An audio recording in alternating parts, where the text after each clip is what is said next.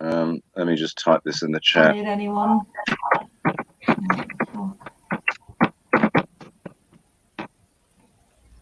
Oh, sorry.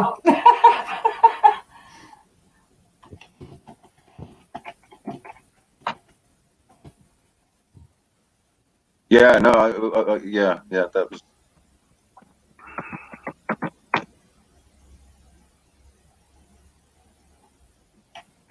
All right, so have any of you been? How do I pronounce your name? Macius? Macius is fine. Macius. Okay. Have you been to one of these before? Do you know how these work? Yes, I don't know how it works generally. Okay.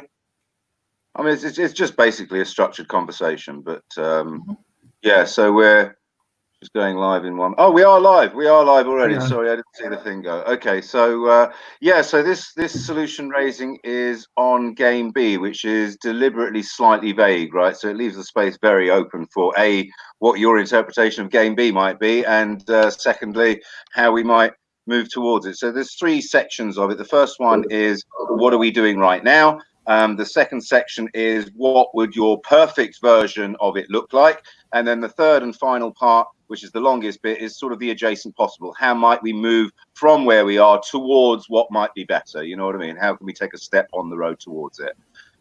So yeah, I mean, anyone can go whenever they want to, really. We don't need to go around in order. It doesn't need to be that rigid. So if anyone's got anything they want to kick off with, then go ahead. I've got some stuff. So I really just immersed myself in everything in kind of the Game B universe, mostly through Jordan Hall and Daniel Schmachtenberger and, you know, some others as well. I'm just kind of starting. I got really inspired. Still am feeling inspired. Started writing kind of a science fiction, maybe fantasy book that would be the Game B universe in the future.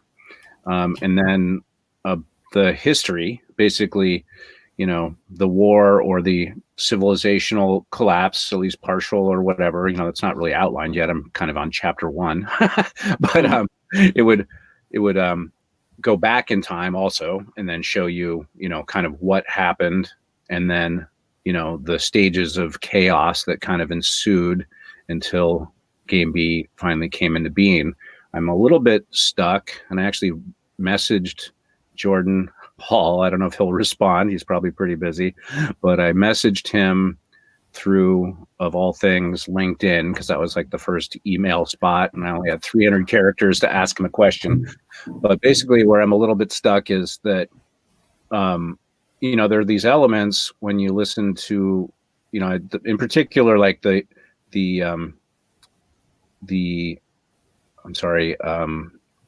like the YouTube video of Jamie Wheel and Daniel and Jordan all speaking. It's like a 2-hour, maybe 3-hour conversation. And they are attempting to kind of have that third other that comes up in a really good conversation. You know, getting the coherence, and then having that emergent property of something new coming up from all of those 3 elements coming together and then forming something new. So I kind of asked him, I asked him basically, you know, in trying to define what at least their current vision was, is this, you know, I'm not going to call it magic, but like fantasy is when you look at fantasy, it involves magic. Something magical happens. When you look at science fiction, it's some kind of technological thing that happens in general. So I kind of see the Game B needing a little bit of both. And I'm not saying that there's something necessarily magical going on about this emergent property of something new arising from 3 people communicating. But I'm also seeing that as potentially maybe not quite being enough to create a Game B, if that makes sense. Yeah. So if I may, you're saying, can I jump in? Because I've got a couple of things which may help clarify for you. Sure. So first of all, Jordan has embarked on something concrete now called the Sivian Project. I don't know, just in the last week or so, he's released some videos about this, which is exactly that. I think an attempt to fuse the magic and the grounded actual working in the real world elements. And secondly, what you're pointing to is also kind of a repetitive problem problem maybe is not the right word, but conflict, shall we say, in the game B space between those who think that it's about primarily personal development and making good people, and those who think it's primarily about systems design. You know what I mean? And there's always been a certain amount of friction between those two things. And so what you said about both are required is absolutely necessary, I think.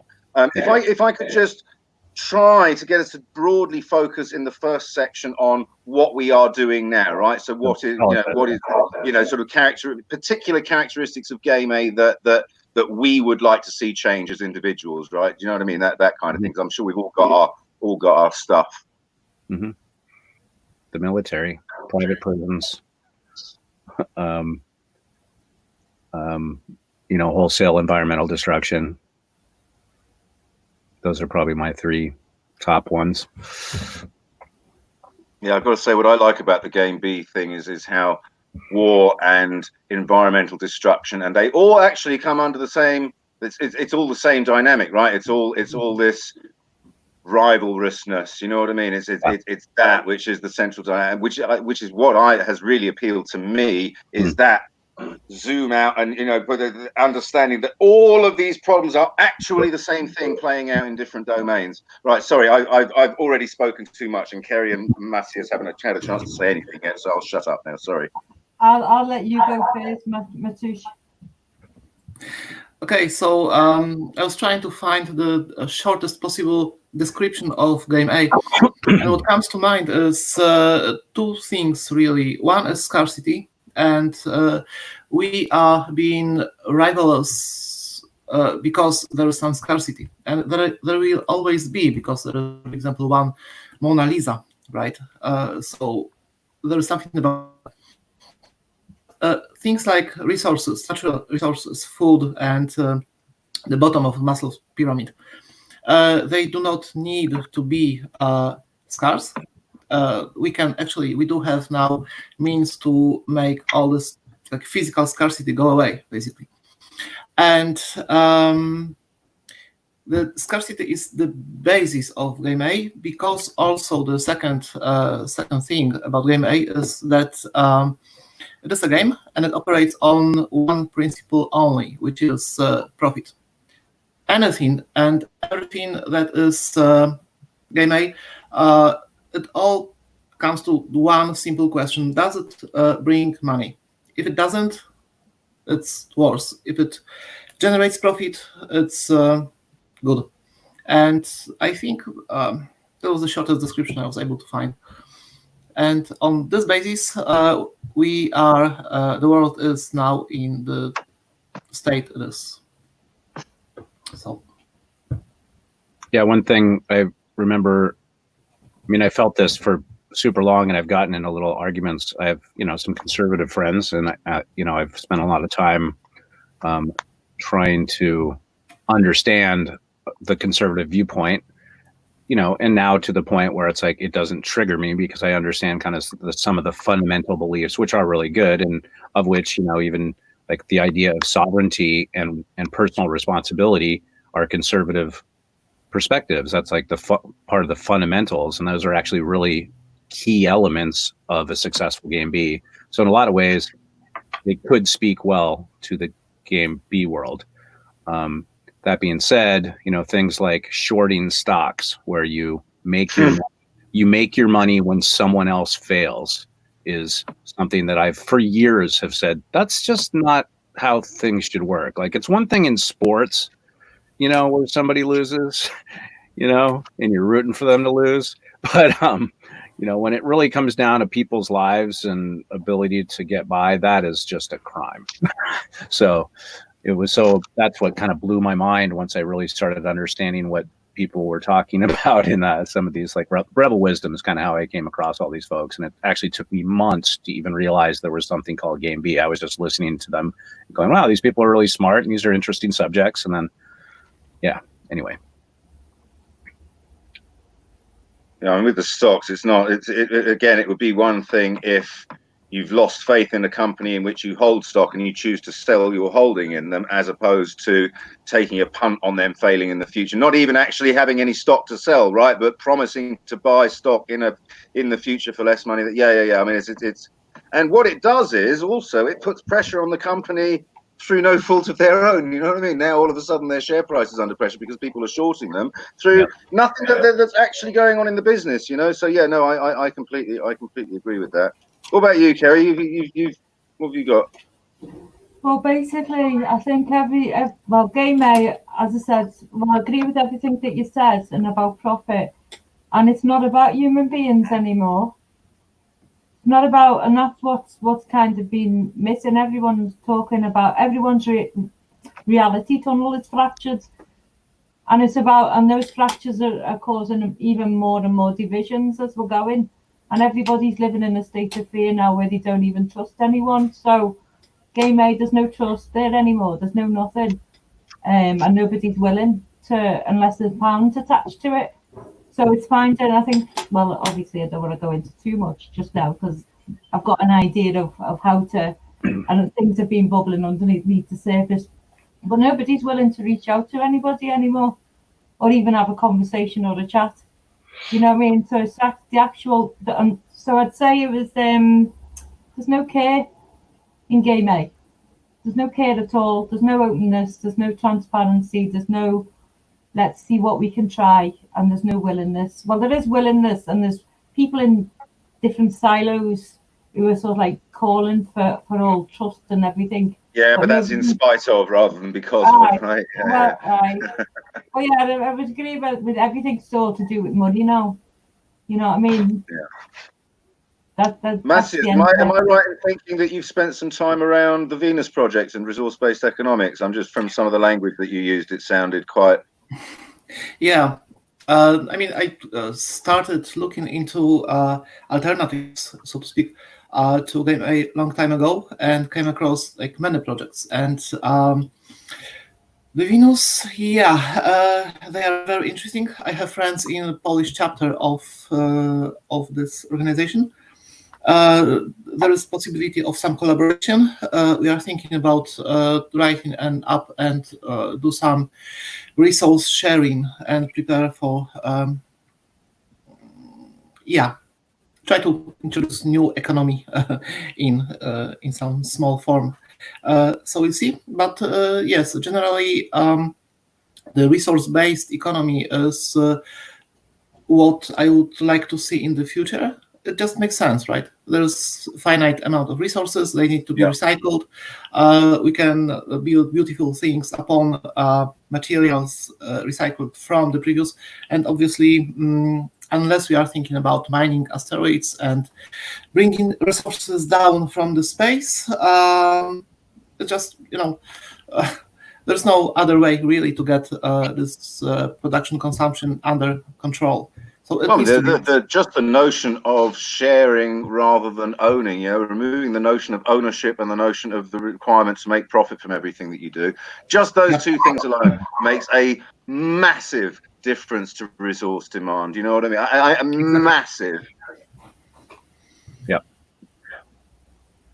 So there is one thing that came to mind just a moment ago. I don't understand why there is this split between advancement in technology and self-improvement as humans. I mean, there is some... it obviously needs to be both, right? Yeah. We have technology, it just needs to be perfected and brought to the wide public. I'd say for free, but it's irrelevant really. But we have the technology to everyone. Yeah. Mm-hmm. And then it's also kind of obvious. I don't know. It's obvious to me that we as humans have some homework to do as well. And this is also what I found in fragments in the Venus project. There is something about that there. And besides, I was also looking at the meaning crisis, obviously, and some kind of psychology, cognitive science, and stuff like that. And religion and magic as well. So it seems clear that humans as we are now, without meditating, without like self-examination and getting deeper into what motivates us, and without growing spiritually, and I'm not saying any kind of woo, which triggers people. Well, that was it. Woo! You've just hit on exactly what the problem was, because you're right. To any intelligent person, clearly it's both. You can design the best systems in the world. If they're populated by corrupt people, they're soon going to collapse in on themselves, right? And similarly, you can have the loveliest people in the world without decent systems to coordinate. Nothing ever gets done. So I mean, it is obvious. However, the woo thing is exactly what's caused the schism, because those who advocate the greater emphasis being on personal, not to the exclusion of systems, but the main emphasis should be on personal development.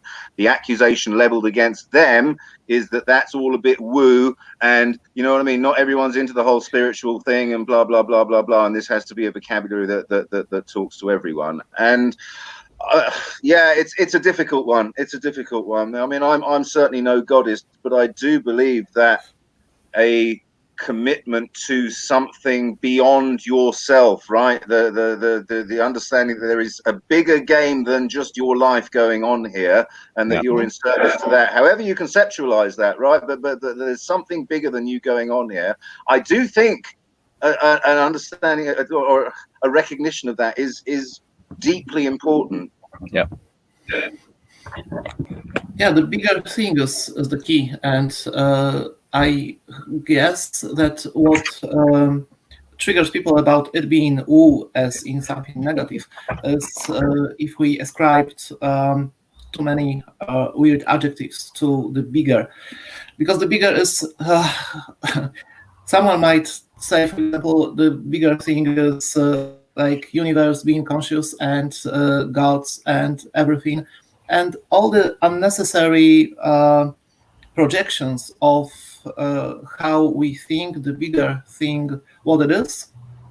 We have really no chance to describe it properly, because we are limited in our capacity to define things that well, it's not the same for everybody. This is the thing. It genuinely is not the same for everybody, right? So there has to be freedom for everyone to have their own thing. Yes. But I think what is common to all of us is that we need that bigger context in which to place ourselves, right? We all need that.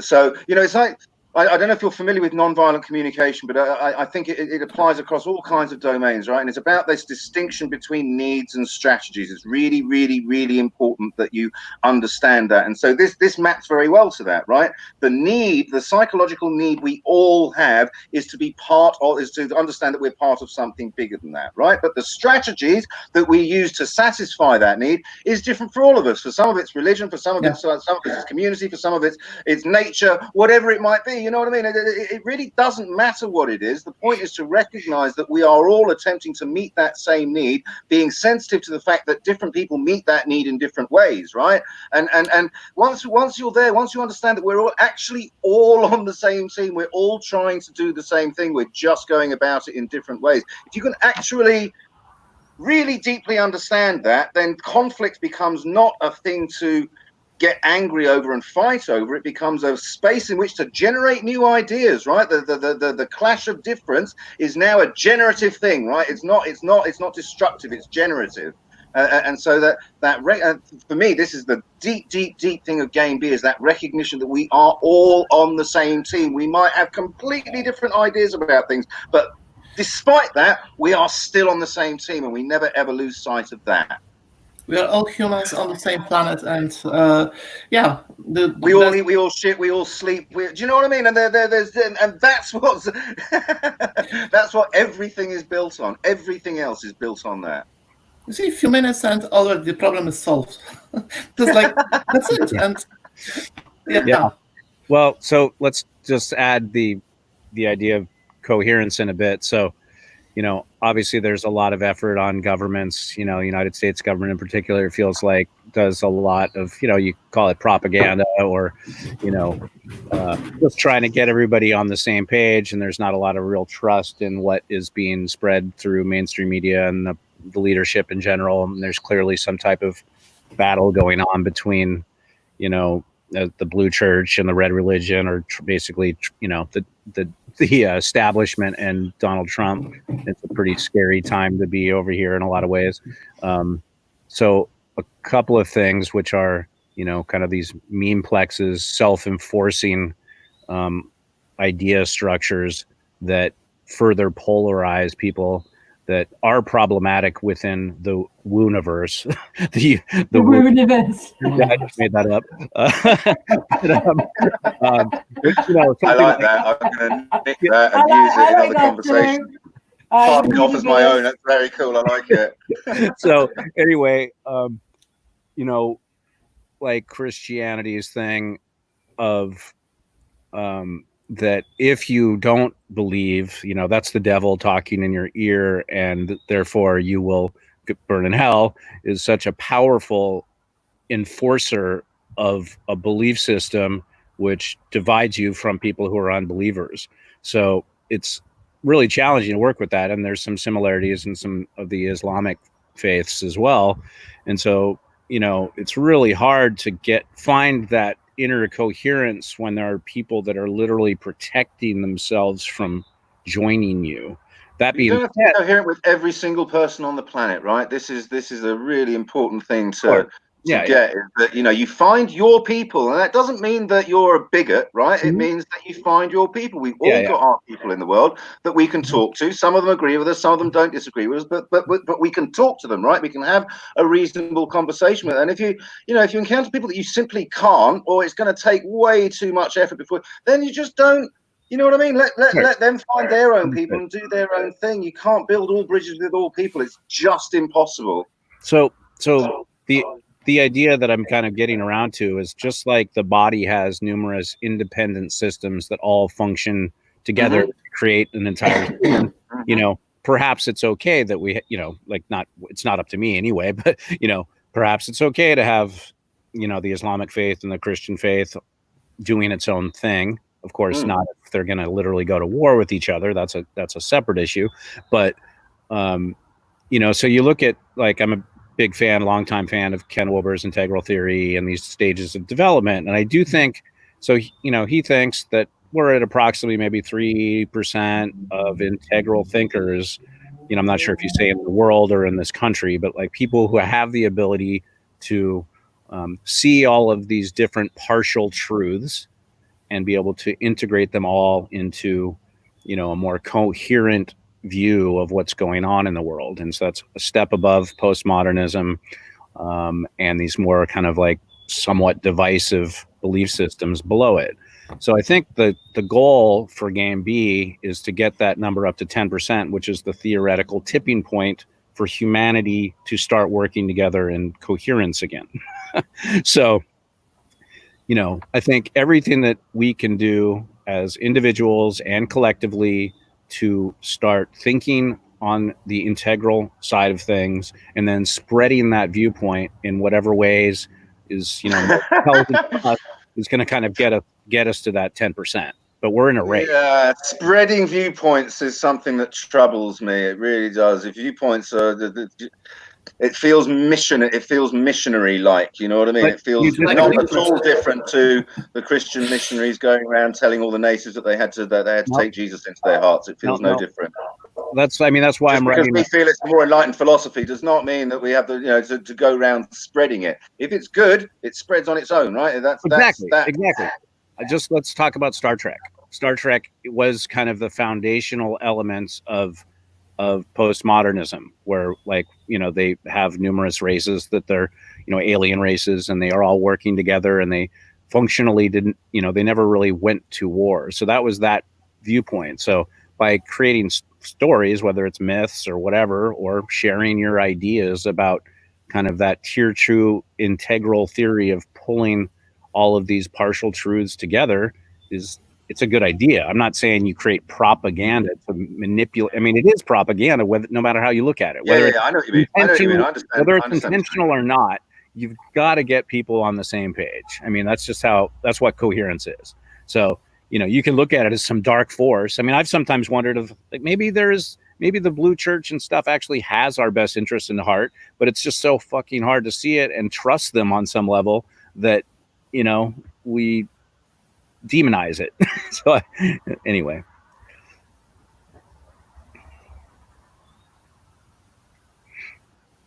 I think that tier 2 aspect of, you know, Ken Wilber's integral thought, though, is, you know, been the filter that I'm kind of looking at things, that I'm looking at things through. So yeah, the notion of drawing together strands of truths from lots of different places and synthesizing them into something that, you know, works and is adaptive to you and to the world and so on is not, this is not a new idea, right? I mean, to an extent, we all do that. Yep. All the time in our lives, right? I mean, all he's done is kind of codify something that we all do anyway. And yeah, I mean, integral theory, I'm not deeply familiar with it. I have some familiarity with it, and it's very good, and it has decent explanatory power. What I find with it, well, not so much with it, but with many of the people that get really into it, is that they find the map so beautiful and so appealing that they kind of get lost in the map, and they forget that the map is just a map, right? And it's not actually the territory, and the whole point of a map is to inform your actual life and make it more manageable and better and more enriching and all of that kind of thing, and not to get lost in the map. And it seems, I mean, it is, as I say, I'm not deeply familiar with it, and it is a good map, but my encounters with people who have got deeply into it have made me somewhat resistant to it. There's a certain zealotry that seems to come along with it, right? And that's made me a little bit hesitant to get deeply into it. I don't know if you've encountered the same thing. Well, it's interesting. Yes, and he literally talks about the map and the territory. Ken does, you know, and I've, you know, I have heard him do so. Yeah, I've moved away from it in a general sense because, like, you know, no, I don't want to pay $500 for your sharp, you know, slick-looking marketing campaign to take classes about it. But you know, when I started really getting involved in Game B, it came up in my consciousness on its own after years of not really reading Ken, even though I've read, you know, a majority of his books, where I just went, oh, you know, this really fits into kind of what Ken's been talking about, which is like, you know, patterns. Like there, you know, there really is different stratifications. Like, you know, white nationalism or nationalism is, you know, as in Ken's words, like an orange level way of viewing the world, and postmodernism, which is a more liberal viewpoint, is the green level looking at the world. And they both have correct aspects. We do want to, you know, like tribes are good and important. You know, we're a tribe here right now. We're a Game B tribe, you know, but that doesn't mean we're the most important thing. You know what I mean? So anyway, but I hear you on the. We're just coming up to the half-hour mark, which is where the adjacent possible begins. And so, I mean, it's my fault entirely. We've kind of drifted off and just had a conversation, which is fine. But before we get into the sort of adjacent possible bit, can we just go around quickly and everyone summarize what, you know, the perfect Game B world looks like? Yeah, what are we actually trying to get to, as best as you can articulate? And I get it may be somewhat fuzzy, but as best you can, you know, what does the Game B world look like? It's done. We're there. Transition is done. Complete. We're there. We're playing Game B. What does it look like?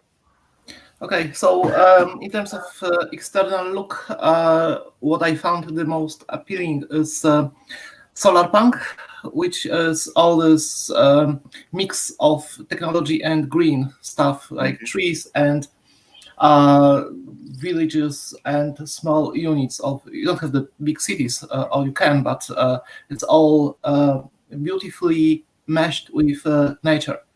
So that this is something I would really like to see, as opposed, you know, the concrete and the steel and everything.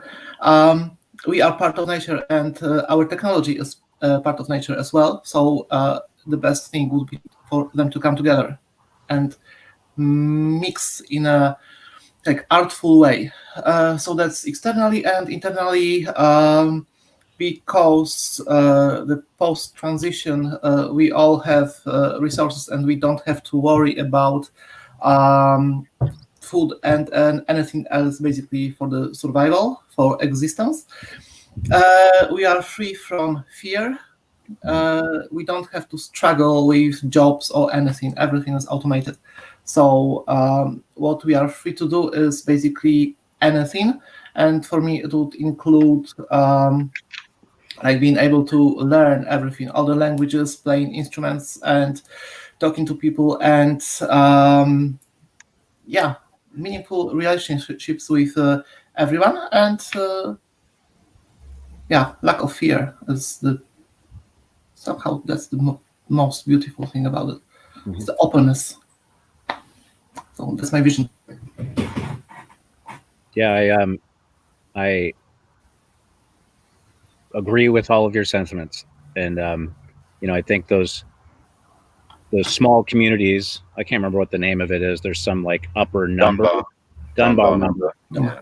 Maybe communities of no more than 150 people, where in terms of responsibility, you talked about freedom to do anything. I think there's with that freedom is also the responsibility of working in coherence with at least your 150 person hub, and perhaps there's weekly or monthly get-togethers where maybe you're all connected to the internet, and and sharing with other local hubs, any major decisions or changes in your local community. I'm not really sure exactly. I'm kind of fleshing this out in my own little sci-fi story of how you work in harmony with the surrounding hubs too. So, and then how that might collectively happen to some degree across the planet. So it's almost like there's a in the U.S. government, there's a representative for every 10,000 people or something that's supposed to represent you on a democratic thing. Maybe it's just broken up into smaller things, and that creates that anti-fragility is created by more networks, like the way mycelial networks. It's all interconnected. So we just need, more involvement and more interconnectedness going on throughout the system to make it more anti-fragile.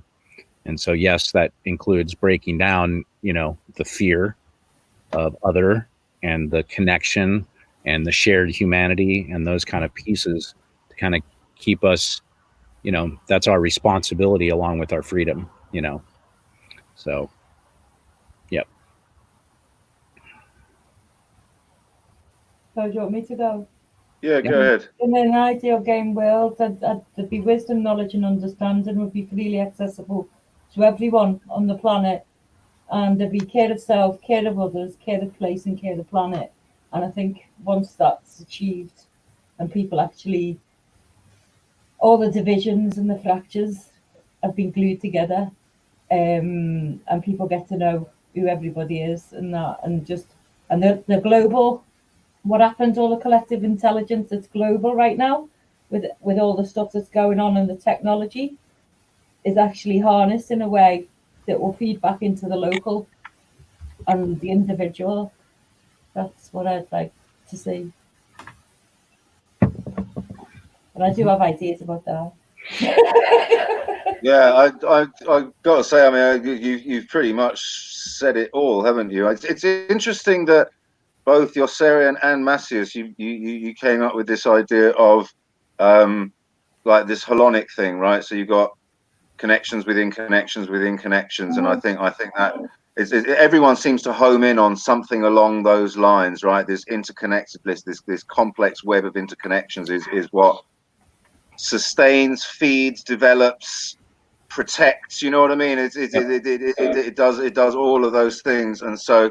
Yeah, what we are doing right now, this is the spores, this is the seeds of Game B, right? It's the beginnings of the formation of these relationships and connections with each other. And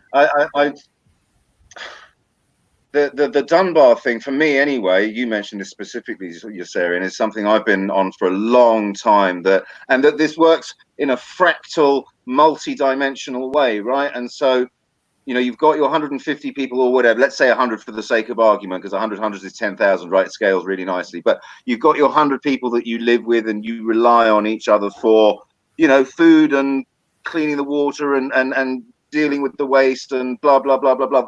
These communities are largely self-sustaining. I mean, maybe not 100%, but largely self-reliant, self-sustaining. And that members of that community are also in communities of 100 with people who are in other communities, right? So that they can collaborate on things that affect more than just their own local community, and that these things are virtually infinite in number, right? You create a massive amount of connection and complexity, and so it gives you the opportunity to collaborate across any relevant scale, right? So if you're building a road, then this set of communities is involved in that and are going to benefit from it and are going to do most of the work on it and whatever. But if you're building, I don't know, a transcontinental underground train network, right, then everyone's involved in this. And so the ability to have these collaborations happen at whatever scale is needed, while still affording the communities the ability to live exactly how they want to fucking live, worship what they want to worship, celebrate what they want to celebrate, you know what I mean,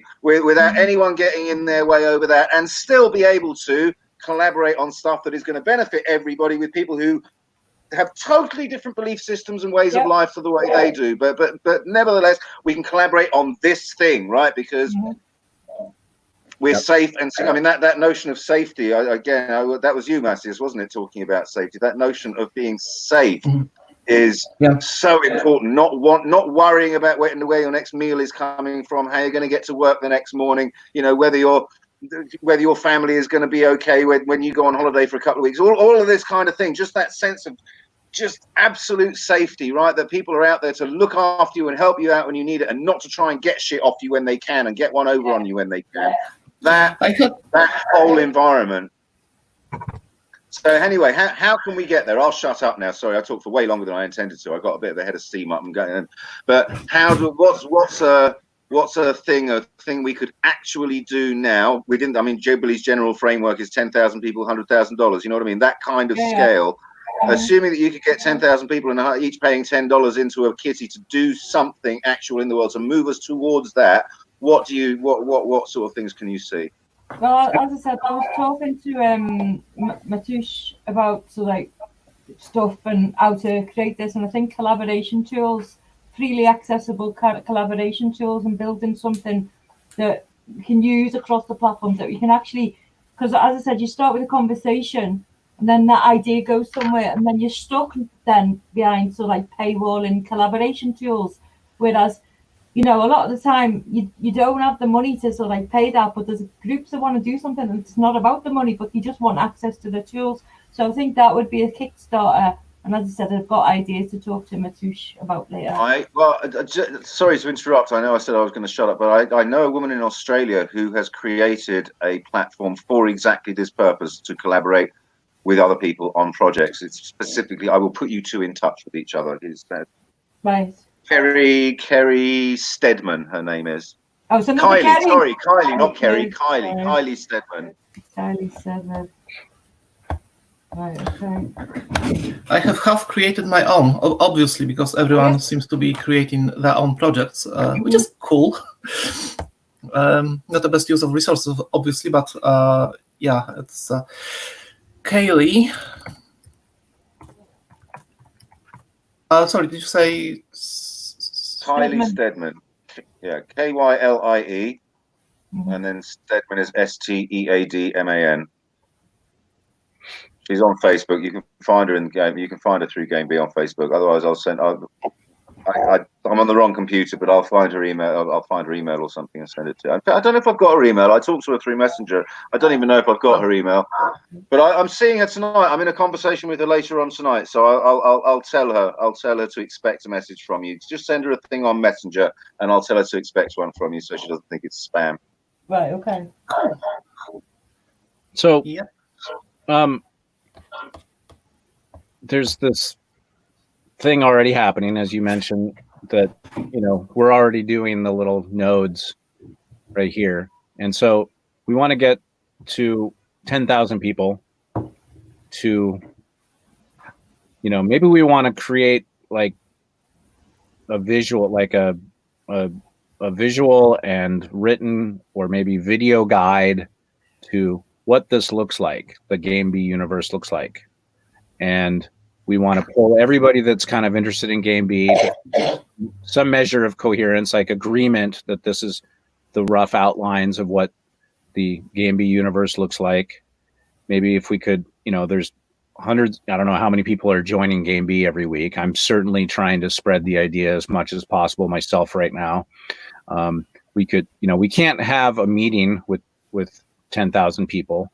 We can't have a meeting with 100 people. We actually need to have it probably no larger than 10 to kind of be able to get an idea out there and have people ask questions to kind of get all on the same page.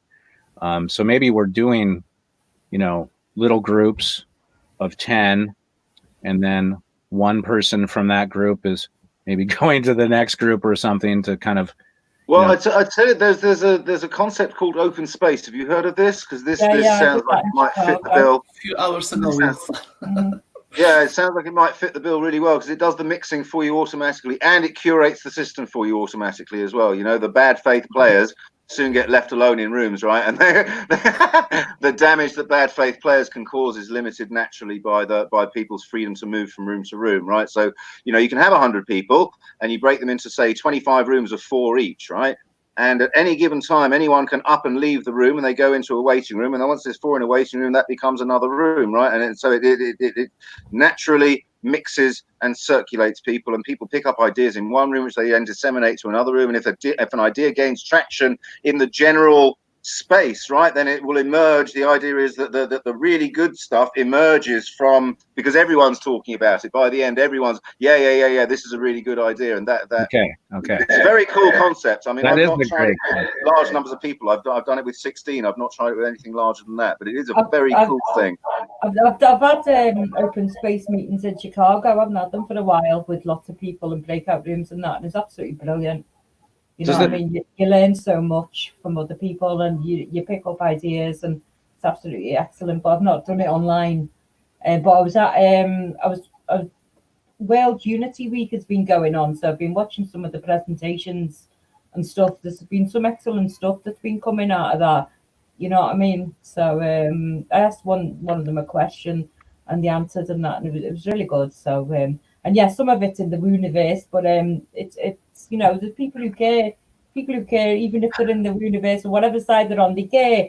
So it's about connecting all the people who actually do care together, and then from there on in. That's right, just by turning up, you've demonstrated that you give a shit, right? And so you're with people that give a shit by virtue of the fact they've turned up. They've made the effort to turn up. Mm-hmm. Yeah, absolutely. Mm-hmm. But as I said, I was talking to Matthias Matouche on stuff, and I've got ideas, but they're not to be honest, I can't articulate them just yet because it'll just come out in a garbled bleh. Yeah, I think I've said to you before, Kerry, that the actual, even if you don't show what you've written down to anybody, it doesn't matter. Just the forcing yourself through the discipline of writing it down step by step just clarifies it for you hugely. And then I think what I'll come up with you like, but as I said, it's all kind of still.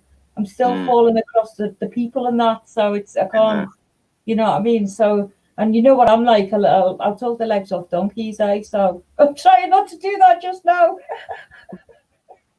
So how does this, I mean, how quickly would this open space take to bring up, all the facets of Game B that we were just talking about and have a bunch of people agree to it? Right, it takes as long as it takes, right? I mean, you may find that consensus is reached in an hour. It may take weeks and weeks. Who knows? Who knows? I mean, that's a very open question. Yeah. There's a story. I think it's Jamie Wheelwright's telling this story of tribal gatherings when a big decision needed to be made by the tribe. Then they put themselves in a big tent and they're there for as long as it takes. And if it takes 5 minutes, great. If it takes 6 weeks, great. But it takes as long as it takes for them to actually hash it all out and get to a place that they're all happy with. I suppose and it's the commitment it's a commitment to do that, right? However long it takes, however hard it is, it's the commitment to do that, which is actually the important thing. Yeah, it was at the Iroquois Nation. They used to have the grandmothers, and they used to have the longhouses. So all the tribes used to get together. I think there's 5 tribes from the Iroquois Nation, and they used to sort of like get together in these longhouses where everything, all the weapons were left at the door, and it was the grandmothers they used to go to. So maybe we should just find loads of grannies all over the world and start collecting them together, and then giving them a space to play out where they can actually care for the people who may be falling through the cracks and that, you know what I mean? And then the people who are falling through the cracks, they might not turn out to be the horrors if they've got somebody to actually give a shit about them, you know what I mean? Yeah, no, Grannies is great. But what about the kids? Why aren't we, why is more of an effort not made to include kids in these kinds of conversations? If you want to have original ideas, you know what I mean, then they're not encumbered by this is how we do shit, right? They're much freer to be original in their and creative in their thinking. You did mention the non-violent communication, which was I know what it is. I practice it. I practice it because my son goes kindergarten, where non-violent communication is like the key principle, and it's really amazing to see what even 3-4 years old can do if they are instructed properly how to communicate with each other. The solutions to conflicts they come up with is just amazing, and it's 4 years old. Really, it's like I would like to gather all the adults and the politicians and everyone else to just look how it's done. It's so amazing, really. It's so sweet. Just because I'm super curious, where do you live, Mausius? Poland. Poland, okay. And you're in the UK, Erik? I'm English. I don't live in the UK. I live in Spain now, but yes, I'm English. Okay. Cool. I just wanted to know where I'm talking to. You talk to Scotland, Spain, and Poland. Yeah, Edinburgh. So the adjacent possible feels like let's get back to adjacent possible. Good man. Is creating these nodes. I mean, to me, that's what this feels like. It was interesting. As soon as I saw Jubilee put up a Game B meeting, I was like, oh, well, I should definitely get involved in that one. I've stepped into a couple of videos of hers, and I've liked the solution raising thing. I thought that, okay, this makes perfect sense. Some of the things that she was working on are less interesting to me. They're not really like where my passions and focus are right now. But as soon as Game B, well, that's one of my passions and focus. So of course I'm going to hop in this. And I think because Game B is such the beacon, the game beacon that's out there right now, that's really drawing people in, having the ability to make them bigger and bigger, meaning more inclusive, and perhaps, documenting some of the things that are the most popular ideas that can basically be upvoted or downvoted by the collective as it grows, or debated, right? So whatever it is that starts kind of coming up, those things will just become, like, as you said, they just rise to the top. Yeah.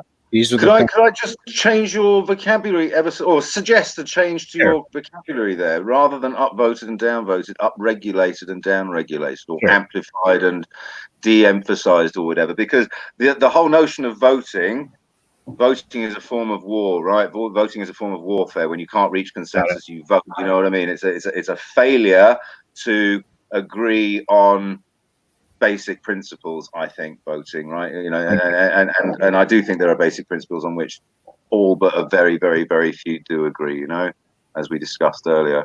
So yeah, no, I wasn't trying to be critical. It's just this it's an example of Game A code, right? That it's just so automatic that I'm sure I do it lots of times myself, but when I notice it, I like to just pick it up because it's an opportunity to reprogram ourselves a little bit. Do you know what I mean? Yeah, I write a lot of poetry. I'm a huge fan of words and definitions, which was another thing that really drew me into the language and how to clearly define stuff.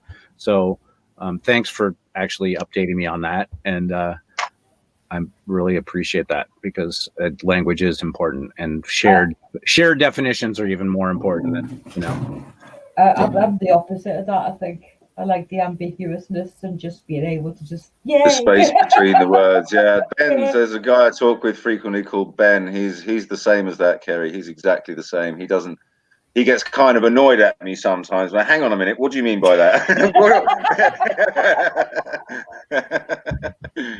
Yeah, the duality.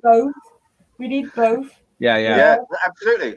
You always need both. This is why I'm really sorry. I'm just going to jump in again with a notion I've been developing for a while, namely that of the dance, right? Because life, the complexity of life requires that you juggle and balance a whole bunch of things all the time, right? And the only way to, or the best way I think to conceptualize the doing of that is a dance, because the dance never ends, right? You're always learning, you're always improving and refining the dance. Dance elegance and its presence in the moment and abandonment. It's all of those things brought together in one vessel, right? The notion, and so the religion that isn't a religion, or my religion that isn't a religion, is a commitment to being a better dancer, right? Learning always to try and be a little bit better dancer than I was yesterday, sort of thing. That's try not to stand on your toes. Yeah, something. Something about the language and the way we speak and what we say. Again, because of the children, when I started to listen. Thank you. To listen to what it is exactly being said, I was really surprised to discover how many patterns from the past, from my parents, from grandparents, they all just subconsciously move. And my conclusion was we are the first generation that actually look into this kind of thing. And we are the first generation to be able to stop some patterns from repeating themselves in the language. And I was going to say one more thing, and I forgot. Okay. All the time. I don't know if we're the first. I've been drinking ayahuasca for about 7 years now, and there are definitely, inherited patterns that we have in our family line, and to be able to break some of those less than beneficial patterns is kind of a key piece to psychological and emotional well-being on a lot of levels. Some of the patterns are beautiful, but at least that's why they're there, right? Yeah. at least recognizing what they are, where they come from, is like a really key element. And I love the notion of sovereignty and knowing all of your biases and your tendencies and what isn't yours, things that come from society and marketing and maybe incorrect thought in your family history too. But there's all of those kind of pieces, and like the I don't remember the term, the unlooked at life. It's not unlooked at. The unexamined. The unexamined life is not worth living. So yeah. Oh, if we're doing quotes, there was something I meant to say it earlier, but when Mashius was talking about basically resource-based economics, I was thinking about a quote from Jacques Fresco where he said, if there's a problem in the world and you can't make a profit from solving it, then that problem will remain unsolved. Yeah. I think that sums it up pretty nicely.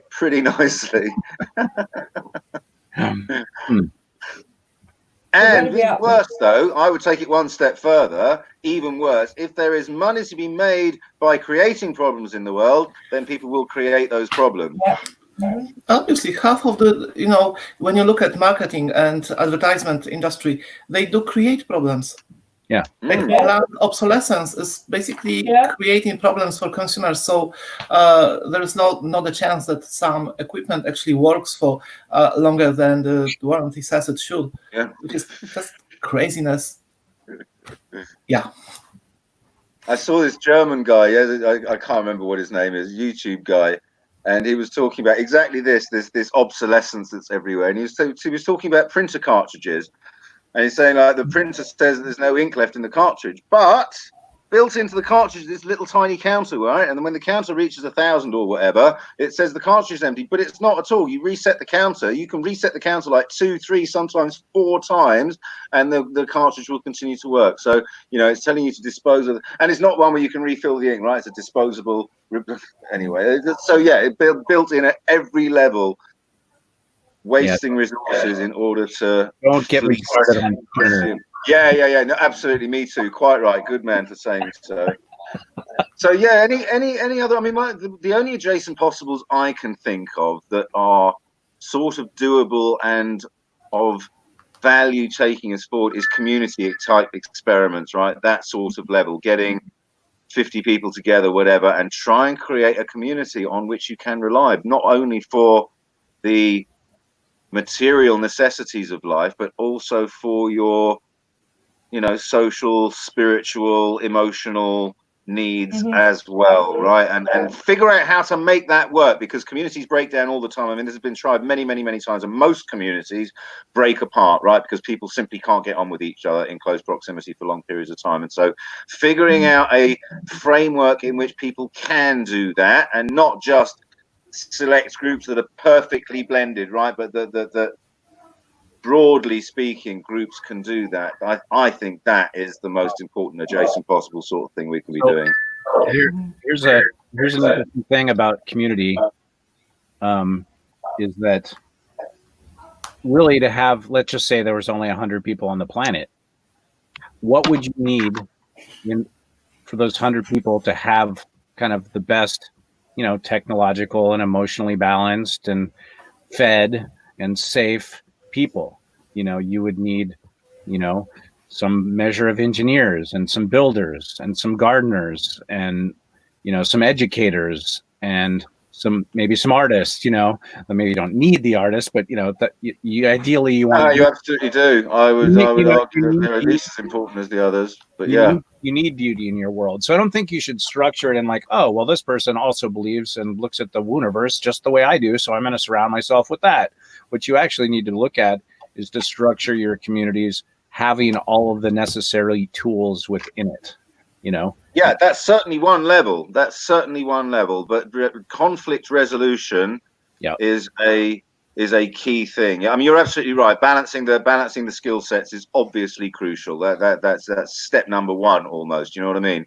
Yeah. And figuring out ways in which, because conflicts will arise, right? To try and pretend that you're all going to get on perfectly all the time, this is just nonsense, right? Conflicts will arise, and they're going to arise all the time, in all kinds of different ways. And so, building in that, like, we are always on the lookout, not to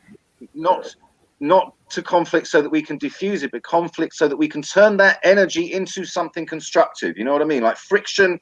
If you've got any sort of physics, you understand that friction is what creates forward motion, right? It's when the rubber hits the road, it's the friction which pushes the vehicle forward, right? And so you need that friction, but you can't have it just dissipate as heat, people shouting at each other. You need to channel it into motion, right? Into actual constructive forward motion, and figuring out how to do that seems to me to be but I think you can only really do that by experimenting in good faith and finding people willing to engage in those sorts of experiments. It's not an easy problem. Most people have failed. Lots of people of goodwill have failed. Anti-rivalry. I mean, that's like it's all very well to have a concept, but to live it when people are pissing you off, you know what I mean? It's a different thing. No, it's challenging for sure. I just recall what I was Sorry, how are we doing for time? We've got about 2 minutes left. Listen, I'm not thinking about the time. We can talk for as long as we want. I don't know how thingy Jubilee is going to be about the time, or whether she's planning on bringing us all together to maybe mix up a little bit. I don't know what her plan is. I'm sorry. I arrived a little bit late, so we didn't have a chance to talk beforehand. Right. Okay. So about the voting and the word and what voting is, at least to me, and generally what voting is you have a split in the whatever community, and the voting is like a final decision. People vote, and then it's either this way or that way. And some part of the group is going to be less happy, and the other is going to be more happy. But it's very binary. The choices can be, and usually are, on purpose, sometimes even in politics, totally binary. So, divide and conquer, right? Yep. Exactly. The change in the language and switching from this or that to some things get amplified and some things get allowed but down-regulated. Yeah, de-emphasized, de-emphasized. deregulated, yeah, whatever, down-regulated, yeah, whatever. Yeah, go on. It leaves the field still open to, if majority wants to go this way, that's perfect, but the door is not closed for the other direction. So yeah, the problem with democracy in general for me is that there is whenever a choice is made, everyone is supposed to follow, and in some cases it makes sense if we are talking about, I don't know, criminal law or something like that. But if you are talking about some soft subjects, then why not majority if it wants to go this way? Surely, of course. But if minority wants to do some other thing, why not? So amplification and the emphasizing, it makes a huge change in how people can think about this sort of stuff. So yeah, I love it. So how do you,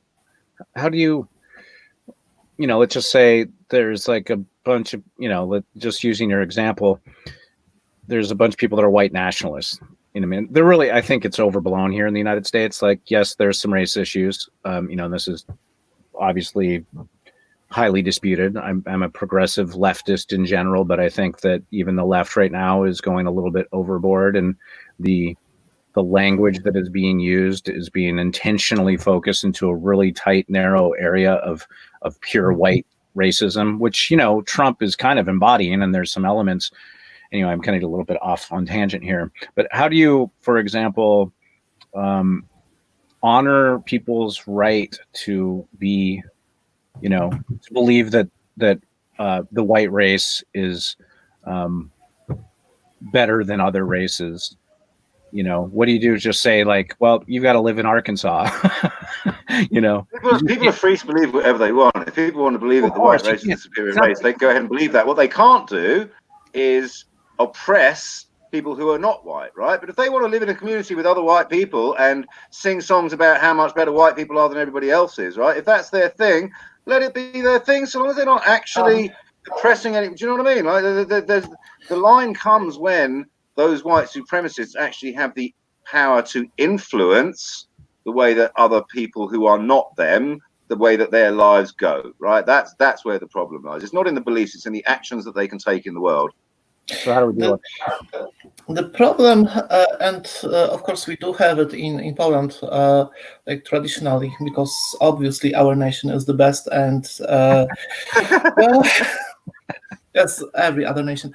But there's like tons of racism which is not even grounded in any. Most of the racists here just never had any contact with like people of color, and they still hate them because they don't know them, which kind of that's how it works. And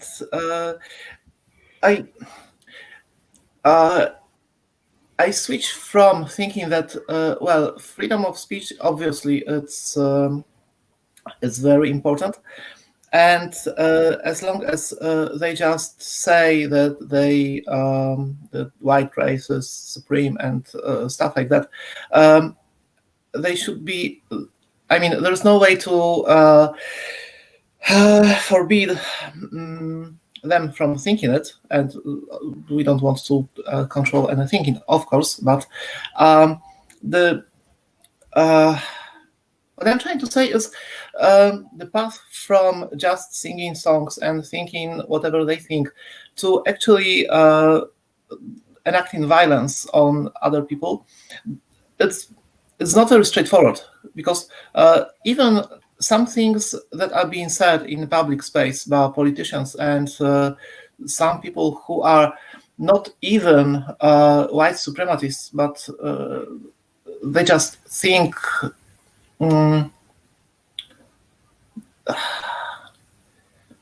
yeah, they have that views which are even not really racist, but subconsciously kind of we are better. And there is something about publicly speaking and being in public space, which is not violence. It's not just by being there. The balance is tipped towards possibility of violent future. I'm not sure how to best describe it, and it is a problem, because as much as I'm happy for people to think whatever they want, it's obvious to me that the freedom of thought is like paramount. It's obvious, but I think people have got to realise that what you say and how you behave has real life consequences on others. And I think if you can just be mindful about what you say, you may believe in something, but if you want to be like, yeah, well, I'm going to say this because I've got free speech and I really don't give a shit who gets hurt in the process. But I think you've got to be mindful about what you say and who you say it to and how you say it, because your actions and your words that can actually have consequences and that on other people. You know what I mean? So I think you've got to think of how would this, what I'm saying, how would that might affect somebody else, and then maybe have a think about that to yourself. And then choose not to sort of but as I said, I just think it's like, well, I'm free to say what I like, so I'll just say what I like. But there's responsibility. You sound like Jordan Peterson, Kerry. You sound just like Jordan Peterson, rights and responsibilities, right? Yeah, well, because he would say that freedom of speech comes along with a responsibility to speak truthfully, right, and to speak honorably. Yes. And that you cannot decouple these two things from each other. They are two sides of the same coin. Your freedom to speak is my responsibility to afford you space in which to. Do you know what I mean? But it's also your responsibility not to waste my time and others with stupid speech. Do you know what I mean? Or untruthful speech or inflammatory speech. You cannot decouple the freedom from the responsibility. As soon as you become irresponsible with free speech and you weaponize it to use it as, I can say whatever the fuck I want because of free speech, right? And as soon as you weaponize it in that way, then you bring people from the other side and say, hang on a minute, you can't say that. That's not what free speech was intended for. That's just malicious. And now you have people questioning whether there should be free speech because people are not exercising their responsibility to use it wisely, right? So that's the thing creates itself. Yeah, I think that's what I was trying to say, but couldn't say it properly because I didn't have words. So I've got one of the things I've written so far, in this first kind of chapter and a half of this book I'm writing is, one of the characters is a 16-year-old kid living with his family. And, he goes through basically 7 initiations until he's considered a full adult that's allowed to, be a part of the world community, the greater world community. And it's kind of this evolving network of groups. So first it's his family, and then, you start interacting with your neighbors, and you have to have there's kind of rules and responsibilities, guidelines and responsibilities, and ways to, methods of education and things that make them a more holistic minded person as they get older. So one of the stages at, I think I'm calling it the 5th initiation that you go through, is that you actually spend 2 years abroad, and it's in 4 locations. You get to pick 2 of them, and then your parents get to pick 2 of them. God, I've heard this idea just recently, just yesterday or the day before. I've heard exactly that idea somewhere else. Where did I hear that? In the collective. It's so weird. It's so weird that you've come up with this entirely independently. It's so weird. Well, that's the thing. Sometimes, ideas whose time has come, also, and I've been frustrated by this before. I'll come up with something. I'm like, oh my God, I'm going to do this. And then I'll start looking around. It's like, well, someone just did it. Like, you said the number 7 of looking at collaboration tools and trying to put together something, and the number 7 keeps coming up for some strange reason. That's so I mean, there's the chakras in the Wooniverse, and then there's and then it's also these different. I want to go on holiday in the Wooniverse. There's the different developmental stages that Ken Wilber talks about as well, and actually he has 8. But I'm taking the top one off because it is actually considered the most woo of the developmental stages. So I'm kind of allowing the woo to just be like something that perhaps comes after that 7th stage of development. And we don't know what it is yet because, of course, none of us really know what the truth is in terms of the woo, right? So anyway. Well, that's why it's woo. I mean, but for exactly that reason, it's why it's woo. Exactly. Like woo definitely exists because we don't know everything. Yeah. That's what And the woo beware, yes, beware of the people who say they know what woo is, because it's manipulation. No, all of the time. Because by definition, and I think it was in Goethe's work, this notion that you can only know the higher spirit to which you are equal, something like this. And what it means is, it's not even about knowledge, it's about ability to recognize and perceive stuff only that your construction, mind construction is actually able to. So the knowledge and being becomes one. And I'm not sure how to say it, but we cannot. If we were able to know the woo, we would be the woo ourselves. That's a really nice way of saying it. That's a really lovely way of saying it. I mean, there's the idea that I tend to believe, which is that actually there's nothing really supernatural. Like, yes, there may indeed be something that we it's just really stuff we don't yet understand, right? Like, Exactly. Once we figure it out, whether it's science or some kind of intuitive arts and stuff, it's no longer supernatural. I mean, just look around at the world. This is pretty magical, no matter how you look at it. So it's. I still keep any sufficiently advanced technology is indistinguishable from magic, something like that. I keep getting. Listen, guys, I personally need to go. I've got stuff to do. I've got another call in a little while, and I've got stuff to do in between. So I personally need to go. Jubilee, I know, is waiting for us to sort of wrap up, so she can. But you can hang around and talk. And also, can I invite all of you? I've really enjoyed chatting with you. Can I invite all of you? There's a regular Tuesday call, 8:15 p.m. UK time, whatever that is for you. Tuesday on Zoom. And if you give me just a minute, I'll post a link to it in the chat. Just give me one moment, and I'll post a link to it. Matush, have you got time to chat? I want to chat to you about what we spoke about. Have you got time to do that today, or do you want another time? I could do it today, but much later. I would need a break, hour, 2 hours. Do it tomorrow. It's just like whenever you're free. You know what I mean? So it's whenever you're free. If you just message me. Yeah, I will. Yeah. There's only one UK time. No, there's the usual 1 hour change, but that's not until